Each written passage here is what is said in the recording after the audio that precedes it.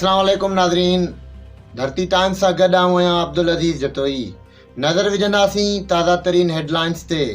सांगड़ में महेश मेराज की खबर शामिल कंदासीं। सांगड़ में दादू ज़िला के तालका खैरपुर नातिन शाह के गवर्नमेंट मिडिल स्कूल बुगिया मोहल्ला के हेडमास्टर फैज़ मोहम्मद गाडाई नायब कासिद नूर मोहम्मद बिरोई मथा तशद्दुद कयो, जेको नाकाबिल बर्दाश्त है। ज़िला सांगड़ के आल सिंध एजुकेशन लोअर स्टाफ के सदर राशिद हुसैन निज़ामानी की अगवानी में बाहन ते पट्टियूं बधी अवामी प्रेस क्लब सांगड़ अॻियां एहतजाजी मुज़ाहिरो करे हेडमास्टर फैज़ मोहम्मद गाडाई के फौरी हटाए मथस केस दाख़िल किया वञे। नायब कासिद नूर मोहम्मद बिरोई से इंसाफ़ किया वञे। सांगड़ ज़िले के सीनियर नायब सदर इस्लाम कुरैशी, तालका सांगड़ सदर गाज़ी खान जतोई, अता मोहम्मद जिलानी, शहदादपुर तालका सदर मोहम्मद इकबाल कलोड़ो, अमीर बख्श चांग, मोहसिन टालपुर, साईं बख्श हिंगोरो, मोहम्मद इदरीस जतोई, अली हसन बालादी ऐं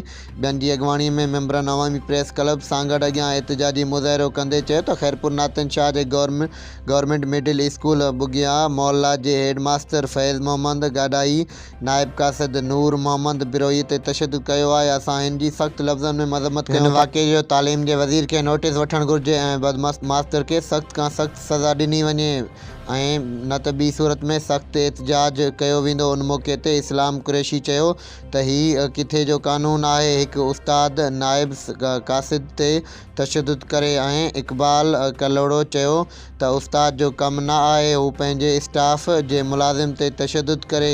गाज़ी खान जतोई चयो त ही ज़ुल्म आहे। नायब कासिद ते तशद्दुद करे वीडियो सोशल मीडिया ते वायरल करी उनकी कानूनी सज़ा ॾिनी वञे।